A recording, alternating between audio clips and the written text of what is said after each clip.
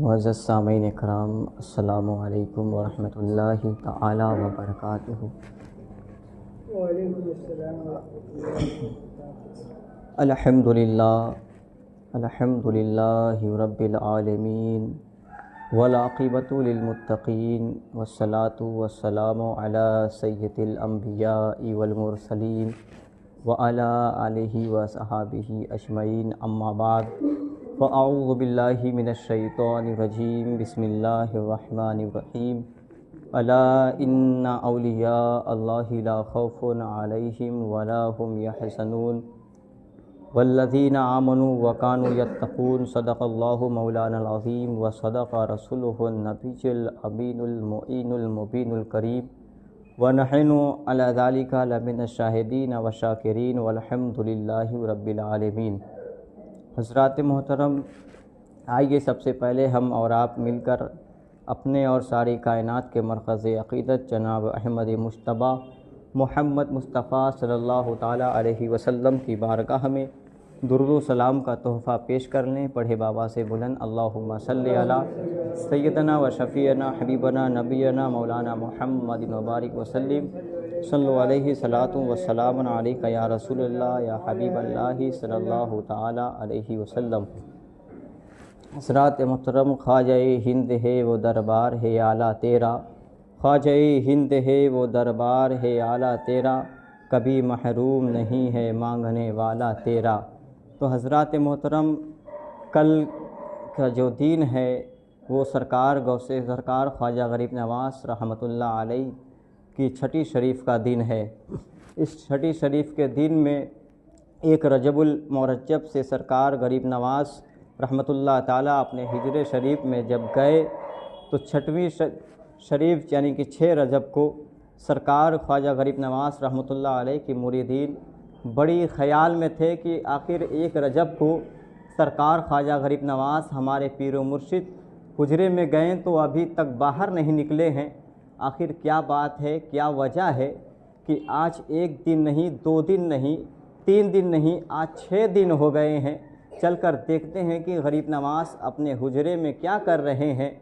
تو جب چھٹی رجب کا جب دن آتا ہے تو اس میں سے ذکر الہی کا آواز آتی ہے اور مریدین سوچنے لگے کہ آخر 6 دن کے بعد ذکر الہی کی آواز ہوتی ہے، آخر کیا ہو رہا ہے اندر۔ جیسے ہی جب مریدین دیکھتے ہیں اچانک جب آواز بند ہو جاتی ہے ذکر اللہ کی، تو مریدین دیکھتے ہیں کہ حضرت خواجہ غریب نواز رحمۃ اللہ تعالیٰ علیہ اپنے تخت پر لیٹے ہوئے ہیں اور ان کی جسم سے روح پرواز ہو جاتی ہے، روح نکل جاتی ہے اور ان کے جسم سے اتنی زیادہ خوشبو آتی ہے تو مریدین حیران اور پریشان ہو جاتے ہیں کہ یہ ایک اللہ کے ولی ہیں، اسی لیے تو ان کے جسم سے خوشبو آ رہی ہے۔ تو میرے پیارے آقا صلی اللہ تعالیٰ علیہ وسلم کے پیارے دیوانوں، سرکار غریب نواز کون ہے؟ سرکار خواجہ غریب نواز کون ہے؟ سرکار غریب نواز حضرت پیر و مرشد عثمان ہارونی رضی اللہ تعالیٰ عنہ کے ساتھ ایک مرتبہ کعبہ معظمہ کے لیے گئے ہوئے تھے۔ وہاں پر میرے پیارے آقا صلی اللہ تعالیٰ علیہ وسلم کے یعنی کہ جیسے ہی ایک جھپکی لگتی ہے خواجہ غریب نواز کو، میرے حضور سرکار دو عالم صلی اللہ تعالیٰ علیہ وسلم نے ایک خواب عطا کی۔ حضور خواجہ غریب نواز کو ایک خواب دکھایا کہ اے معین الدین، ہم تجھے دین کی رہنمائی کے لیے، دین کی حفاظت کے لیے، تجھے لوگوں کی حفاظت کے لیے ہم تجھے بھارت میں بھیجنے کے لیے بھیج رہے ہیں۔ اتنی خواب تھا اور سرکار غریب نواز اپنے پیر و مرشد حضرت عثمان ہارونی سے کہتے ہیں کہ اے پیر مرشد، یہ تو بتائیے کہ آج مجھے دین کا معین بنایا گیا ہے۔ تو اتنا کہنے کے بعد سب جب اپنے پیر و مرشد سے پوچھتے ہیں تو میرے عثمان ہارونی رضی اللہ تعالیٰ عنہ نے رب کی بارگاہ میں دعا کی ہے کہ اے پروردگار عالم، ایک غریب نواز ہے، ایک جو میرے پاس جو میرے ساتھ آیا ہوا ہے، تو اپنی بارگاہ میں اسے قبول کر لے۔ یہ آواز، یہ ندا دینا ہی تھا۔ تو رب تبارک و تعالیٰ کی طرف سے غیب کی طرف سے آواز آئی، غیب کی طرف سے آواز آئی کہ ہم نے تیرے محبوب کو، ہم نے تیرے چاہنے والے کو ہم نے قبول کر لیا ہے۔ تو میرے پیارے آقا صلی اللہ تعالیٰ علیہ وسلم نے، میرے پیارے آقا صلی اللہ تعالیٰ علیہ وسلم نے خواب یعنی کہ خواب کے طور پر جو ایک خواب آیا آیا ہوا تھا، اس میں سارا اس خواب کا مقصد یہ تھا کہ غریب نواز کو ہند کا سارا نقشہ بتا دیا گیا تھا کہ کس محلے سے آپ کو ہو کر گزرنا ہے، کس شہر سے ہو کر آپ کو گزرنا ہے، کس ایران کے شہر سے ہو کر گزرنا ہے، کس جنگلوں سے جا کر آپ کو ہندوستان کی طرف جانا ہے۔ تو میرے پیارے آقا صلی اللہ تعالی علیہ وسلم کا جب دیدار خواب میں کیا تو حضور خواجہ غریب نواز نے جیسے کہ عراق اور ملک شام یمن کی طرف جیسے کہ آتے ہیں، آنے کے بعد ملک مدینہ شریف سے لے کر ہندوستان میں آتے 20 سال کا عرصہ لگا۔ حضور غریب نواز جیسے ہی بھارت کی سرزمین پہ جب تشریف لائے، بھارت کی سرزمین پہ یعنی کہ پاکستان جس کو پاکستان بنا دیا گیا ہے، پاکستان میں ایک کابل ہے اور ایک لاہور ہے۔ جب حضور خواجہ غریب نواز لاہور تشریف لاتے ہیں تو حضور داتا علی گنج حجویری رضی اللہ تعالی عنہ کی بارگاہ میں بھی حاضری دیتے ہیں۔ تو میرے پیارے آقا صلی اللہ تعالی علیہ وسلم کے پیارے دیوان ہو، جیسے کہ ہندوستان تشریف لاتے ہیں تو اندازہ لگائیے کہ ہمارا عقیدہ ہے کہ سرکار خواجہ غریب نواز زندہ ہے۔ کیونکہ خواجہ غریب نواز زندہ ہے اس لیے کہ میرے پیارے آقا صلی اللہ تعالی علیہ وسلم نے انہیں دین کا معین بنا کر بھیجا ہے، دین کا رہنما بنا کر بھیجا ہے۔ کیونکہ جو دین کا معین ہوتا ہے، جو دین کا رہنما ہوتا ہے، وہی تو لوگوں کے دلوں میں ایمان کی روشنی کو اجاگر کرتا ہے۔ اور جہاں جہاں پر بت پرستی ہوا کرتے تھے، جن کے دل بت پرستی سے کالے ہو گئے تھے، جن کے دلوں میں دھبا کالا لگ چکا تھا، تو اسی کو مٹانے کے لیے غریب نواز بھارت کی سرزمین پہ جلوہ گر ہوئے، بھارت کی سرزمین پہ تشریف لائے۔ اور ادھر تو ذرا دیکھیں بھارت کی سرزمین پہ ایک طرف حضرت غریب نواز رحمت اللہ علیہ نے 90 لاکھ بت پرستوں کو کلمہ پڑھا کر اسلام میں داخل کر لیا ہے، اور ایک طرف کربلا کی سرزمین پہ امام حسین نے جو نماز کا پابند ہے، جو طہارت و تقوی کا پابند ہے، ادھر کربلا کے میدان میں اپنی جان کی بازی کو، اپنی جان کی قربانی کو پیش کر کے دین اسلام کو پھیلا دیا ہے۔ تو حضرات محترم، حضرت خواجہ غریب نواز رحمت اللہ علیہ حسنی بھی سید ہیں اور حسینی بھی سید ہیں۔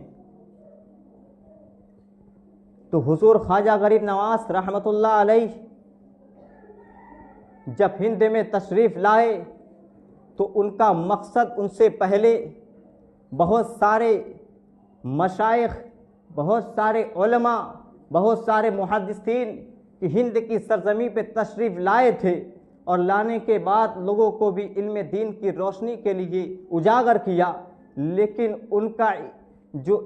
کا جو کارنامہ تھا، جو ان کا انجام، جو اپنے علم کے ذریعے سے لوگوں کو بتا رہے تھے، صرف وہ ان کے ہی کچھ محلے تک رہ گئے، کچھ علاقے تک رہ گئے، کچھ خطے تک ان کا علم دین پھیلا۔ لیکن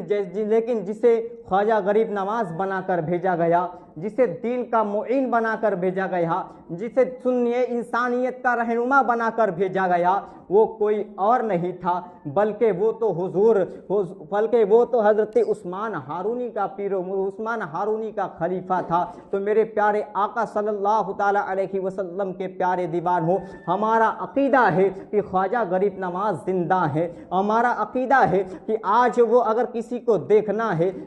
چھٹویں رجب کو اجمیر چلا جائے اور دیکھے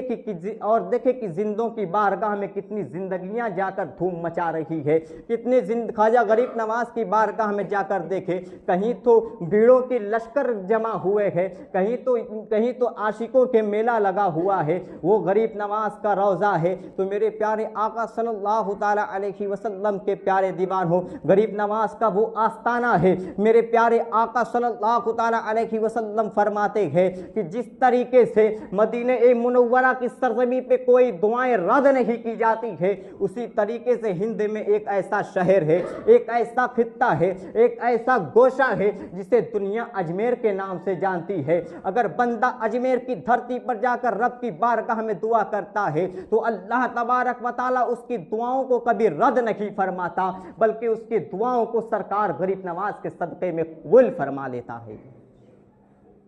حضرات محترم، آج جو لوگ کہتے ہیں کہ غریب نواز کے آستانے پر جانے سے، درود و سلام پیش کرنے سے، فاتحہ خوانی کرنے سے یہ شرک اور بدعت ہے، تو اندازہ لگائیے، اپنے ذہنوں اور فکر کو اور قریب کیجئے، اگر غریب نواز زندہ نہ ہوتے تو ان کے مزار پر کوئی نہیں جاتا۔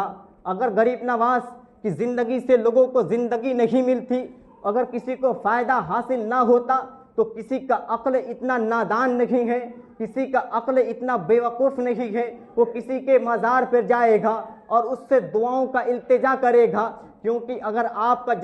کو جب ان سے فائدہ پہنچتا ہے تب بھی جا کر آپ غریب نواز کے آستانے پر جاتے ہیں، تب جا کر آپ غریب نواز کے چھٹی شریف کا جشن مناتے ہیں، چھٹی شریف کے موقع پر ان کے نام سے احسان ثواب کرتے ہیں، اور کیوں نہیں کرنا چاہیے؟ ہم اہل سنت والجماعت ہو غریب نواز کو زندہ مانتے ہیں، اور غریب نواز کو زندہ اس لیے مانتے ہیں کیونکہ ان کے روضے پر جا کر ہاتھ اٹھانے والی جو ہاتھ ہماری اٹھتی ہے رب کی بارگاہ میں قبول ہوتی ہوئی نظر آتی ہے۔ اگر غریب نواز مردہ ہوتے تو ان کے مزار پر کوئی نہیں جاتا۔ میرے پیارے آقا صلی اللہ تعالی علیہ وسلم کے پیارے دیوان ہو، ان بدعقیدوں سے کہہ دو، ان جاہلوں سے کہہ دو، ان مردودوں سے کہہ دو، اگر تمہارا رہنما مردہ ہے اس لیے ان کے مزار پر کوئی نہیں جاتا ہے، اشرف علی تھانوی مردہ ہے اس لیے ان کے چوکھٹ پر کوئی نہیں جاتا ہے، رشید احمد گنگوی مردہ ہے اس لیے اس کے مزار پر کوئی نہیں جاتا ہے، اس لیے ان کی مزار پر کوئی نہیں جاتا ہے، اور قاسم نانوتوی مردہ ہے اس لیے ان کے مزار پر کوئی نہیں جاتا ہے۔ ہم تو اولیاء اکرام کو زندہ مانتے ہیں اس لیے ان کے مزار پر جاتے ہیں، ہم تو خواجہ غریب نواز کو زندہ مانتے ہیں اس لیے ان کے مزار پر جاتے ہیں، ہم تو محبوب الہی کو زندہ مانتے ہیں اس لیے ان کو زندہ مانتے ہیں، اس لیے ان کے مزار پر جاتے ہیں، ہم تو صابر پاک کلیری کو زندہ مانتے ہیں اس لیے ان کے مزار پر جاتے ہیں، ہم تو محبوب بہاری کو زندہ مانتے ہیں اس لیے ان کے مزار پر جاتے ہیں، ہم تو خواجہ بندہ نواز کو زندہ مانتے ہیں اس لیے ان کے مزار پر جاتے ہیں، ہم تو حضور غوث اعظم کو زندہ مانتے ہیں اس لیے ان کے مزار پر جاتے ہیں، ہم تو حضور صحابہ اکرام کو زندہ مانتے ہیں اس لیے ان کے مزار پر جاتے ہیں، اس لیے ان کے آستانے پر جاتے ہیں، اور ان کی زندگی کی وجہ سے ہمیں زندگی مل رہی ہے، ان کی دعاؤں کے صدقے میں ہمیں یہ کھانا مل رہا ہے، ہمیں ان کے دعاؤں کے صدقے میں ہمیں یہ زندگی کا راستہ مل رہا ہے۔ اگر ان کی زندگی سے ہمیں نجات نہیں ملتی، اگر ان کی زندگی سے ہمیں فائدہ حاصل نہ ہوتا تو ہم ان کے مزار پر نہیں جاتے، کیونکہ وہ زندہ ہے، اپنے قبر میں زندہ ہے، آج بھی زندہ ہے، اس لیے ہمیں فائدہ حاصل ہو رہا ہے ان کی زندگی کی وجہ سے، اس لیے ہم ان کے آستانے پر جا رہے ہیں، اور ان کی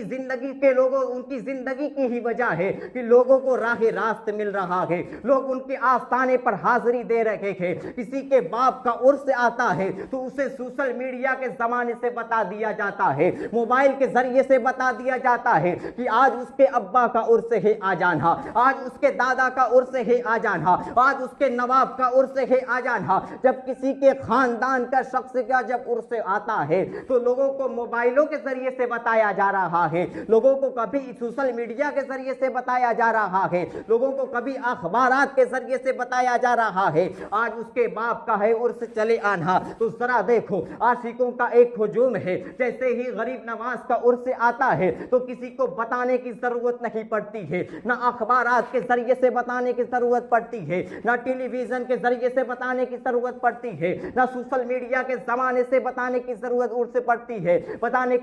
پڑتی ہے۔ جیسے کہ رجب المرجب کا ایک چاند نظر آ جاتا ہے تو عاشقوں کا ہجوم خواجہ غریب نواز کی بارگاہ میں اپنے عشق کا اس طریقے سے اظہار کرتا ہے، بریلی کے تاجدار یوں پکار کر کہتے ہیں کہ تو زندہ ہے واللہ، تو زندہ ہے واللہ، میری چشم عالم سے چھپ جانے والے۔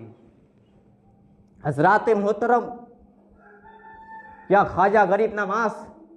کوئی عام ہستی ہے؟ کوئی عام ہستی خواجہ غریب نواز نہیں ہے۔ شب معراج کے شب جب میرے پیارے آقا صلی اللہ تعالی علیہ وسلم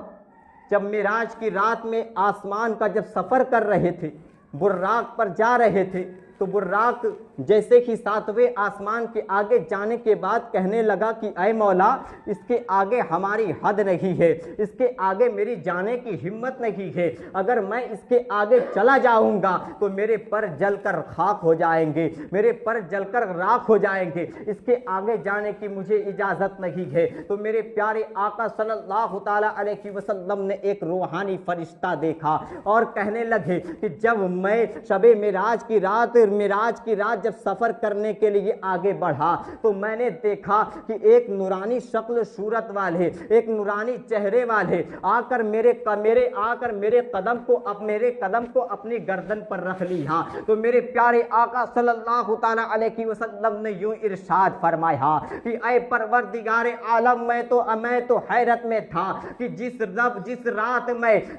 معراج کی سفر کے لیے طے کر رہا تھا اس وقت میں نے دیکھا کہ میرا قدم اپنے کاندھے پر رکھنے والا کون تھا، کہ رب کی طرف سے غیب دانہ آواز آتی ہے کہ اے میرے محبوب، اے سارے نبیوں کے سردار، جس طریقے سے میں نے تجھے سارے نبیوں کا سردار بنا کر بھیجا ہے اسی طریقے سے میں نے ایک دنیا میں ایک ایسا ولی جو سارے ولیوں کا سردار بنا کر، جسے دنیا پیرے پیرا کہتی ہے، جسے دنیا میرے میرا کہتی ہے، جسے دنیا شاہ جیلا کہتی ہے، وہ کوئی اور نہیں بلکہ بغداد کا شہنشاہ پیرانے پیر روشن ضمیر بڑے پیر دستے گھر حضور خواجہ حضور غوث اعظم رضی اللہ تعالی عنہ ہے، حضور غوث اعظم رضی اللہ تعالی عنہ ہے۔ میرے مصطفیٰ جان رحمت کے قدم کو اپنے کاندھے پر رکھا ہے، اور جیسے ہی حضور سرکار غوث اعظم کی ولادت ہوتی ہے اور مصطفیٰ جان رحمت کا قدم لوگوں نے دیکھا کہ غوث اعظم کے کاندھے پر حضور سرکار دو عالم کا قدم کے نشانات موجود ہے، تو میرے پیارے آقا صلی اللہ تعالیٰ علیہ وسلم کے پیارے دیوانوں اندازہ لگا ہو غوث اعظم زندہ ہے کہ نہیں ہے۔ تو میرے پیارے آقا صلی اللہ تعالیٰ علیہ وسلم کے پیارے دیوان ہو، جس طریقے سے ہم اپنے پیارے آقا محمد عربی صلی اللہ تعالیٰ علیہ وسلم کو زندہ مانتے ہیں، اسی طریقے سے ہم غوث اعظم کو بھی زندہ مانتے ہیں، خواجہ غریب نواز کو بھی زندہ مانتے ہیں۔ تو ایک نظر جیسے کہ میرے غوث اعظم رضی اللہ تعالیٰ عنہ نے ایک مقام پر فرمایا قدمی حاذقی علی رقابت کلی ولی اللہ، کہ میرا یہ قدم تمام ولیوں کی گردنوں پر ہے، تو میرے پیارے آقا صلی اللہ تعالیٰ علیہ وسلم کے پیارے دیوان ہو، ایک طرف خواجہ غریب نواز رحمت اللہ علیہ تعالیٰ کی، ایک طرف عشق اتنا شباب پر تھا، تو خواجہ غریب نواز نے یوں ارشاد فرمایا بل علی عینی رآسی، کہ میرے پیارے آقا صلی اللہ تعالیٰ علیہ وسلم کے پیارے دیوان ہو، بل علی عینی رآسی، یعنی کہ غوث اعظم کہ آپ کا قدم صرف میرے سر اور آنکھوں پر نہیں، میرے کاندھے پر نہیں، بلکہ آپ کا قدم میری آنکھوں پر بھی ہے، میرے کاندھے پر بھی ہے، میرے سر پر بھی ہے، میرے سینے پر بھی ہے، میرے جگر پر بھی ہے۔ تو اسی لیے امام عشق محبت نے بریلی کے سرزمین سے پکار کر کہا ہے یہ سر ہے، یہ آنکھیں ہے، یہ دل ہے، یہ جگر ہے، جہاں چاہے رکھ دو قدم غوث اعظم۔ حضرات محترم، یہ غوث حضور خواجہ غریب نواز نے یہ فرمایا کہ صرف آپ کا قدم میری کاندھے پر نہیں بلکہ میرے جسم پر، میرے کاندھے پر، میرے سینے پر، میرے آنکھوں پر، میرے جگر پر، میرے پیشانی پر۔ تو میرے پیارے آقا صلی اللہ تعالیٰ علیہ وسلم کے پیارے دیوان ہو، اگر حضور خواجہ غریب نواز زندہ نہ ہوتے تو یہ نہ فرماتے بلکہ زندہ ہے، ان کا عشق شباب پر تھا، تو غوث حضور خواجہ غریب نواز نے بھی کہہ دیا کہ آپ کا یہ قدم صرف میرے کاندھے پر نہیں بلکہ آپ کا یہ قدم میرے جسم پر ہے، میرے سینے پر ہے، میرے دل پر ہے، میرے جگر پر بھی ہے۔ اسی طریقے سے غریب بریلی کے اعلیٰ حضرت نے بھی یوں فرما دیا ہے، یہ دل ہے، یہ جگر ہے، یہ سر ہے، یہ آنکھیں ہے، جہاں چاہے رکھ دو قدم غوث اعظم۔ تو حضرات محترم، حضور خواجہ خواجہ غریب نواز رحمۃ اللہ علیہ تعالیٰ کی جب چھٹی شریف کا وقت آتا ہے تو چھٹی شریف کے وقت میں ان کے مریدین نے دیکھا کہ ان کے جسم میں اطہر سے خوشبو آ رہی ہے، ان کے جسم سے اتنی زیادہ خوشبو آ رہی ہے، تو میرے پیارے آقا صلی اللہ تعالیٰ علیہ وسلم کے پیارے دیوان ہو، آج دیکھو کہ گلی گلی میں پیر نظر آ رہے ہیں، آج کوئی پیر نہ اپنے آپ کو کچھ بھی نام دے رہا ہے، کوئی لوٹا پیر تو کوئی سوٹا پیر، کوئی کچھ بھی پیر بن کر تیار ہو جا رہا ہے۔ تو میرے پیارے آقا کے دیوانوں، میں آپ کو بتلانا یہ چاہتا ہوں کہ کسی آپ ایسے جاہلوں کے ہاتھ میں اپنا ہاتھ نہ دے، کسی آپ بے نمازی کے ہاتھ میں اپنا ہاتھ نہ دے، کسی آپ تقوی طہارت کے ہاتھ والے لوگوں کے ہاتھ میں اپنا ہاتھ نہ دے۔ اگر آپ کو اپنا پیر ہی